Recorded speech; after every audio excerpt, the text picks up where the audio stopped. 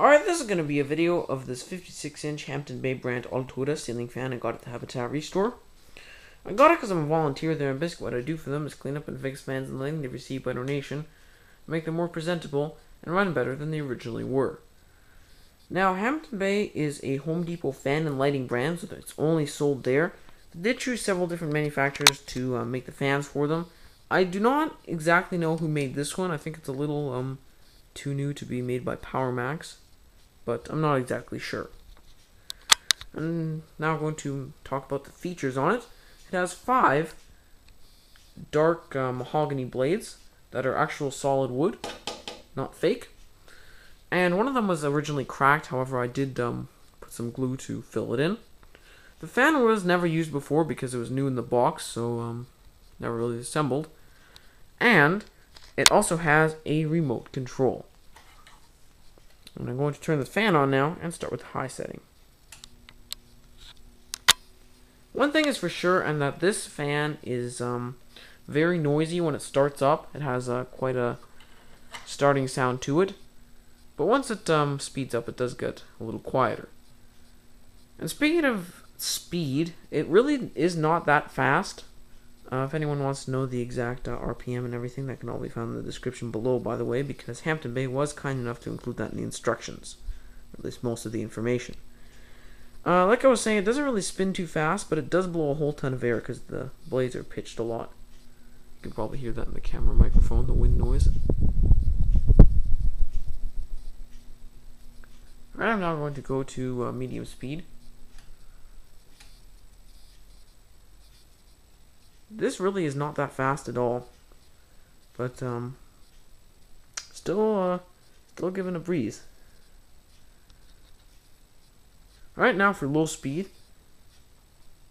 Personally, I think the main purpose of low on this fan was mostly aesthetic. Like, it doesn't really blow any air at all. Just mainly looks nice, but still, it's quite graceful. Alright, I'm going to turn it off now.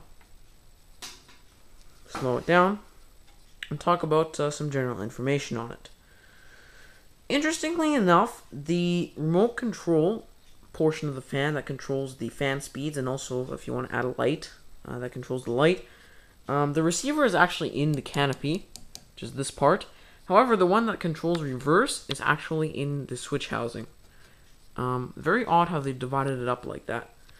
Also, the method of securing the blades to the motor is rather unique, because there's 3 little metal pieces that go at the bottom of each blade, and then 3 screws on top.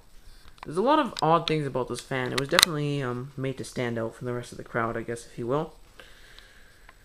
Now I'm going to talk about the pros and cons. I like the fact that the fan is quite versatile because it can be installed with or without a light kit. It can also be flush mount or down rod mounted for different ceiling heights.